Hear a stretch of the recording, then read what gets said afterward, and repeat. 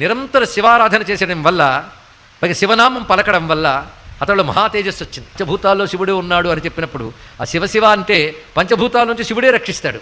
ప్రతికూలతలన్నీ అనుకూలతలైపోతాయి. ఇది అనుకూలమైన ప్రతికూలమైన ప్రకృతిలోంచి వస్తుంది కదా.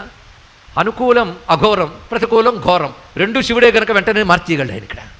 అందుకే వజ్రాయుధాన్ని కూడా పూలదండ చేయగలడు, అగ్నిలో పడిస్తే మంచుగా మార్చగలడు, సముద్రాన్ని భూమిగా మార్చగలడు, విషాన్ని ఇస్తే అమృతంగా మార్చగలడు. విషము దివ్యాహారము ఎన్నగా అవనీ మండలి లోపలన్.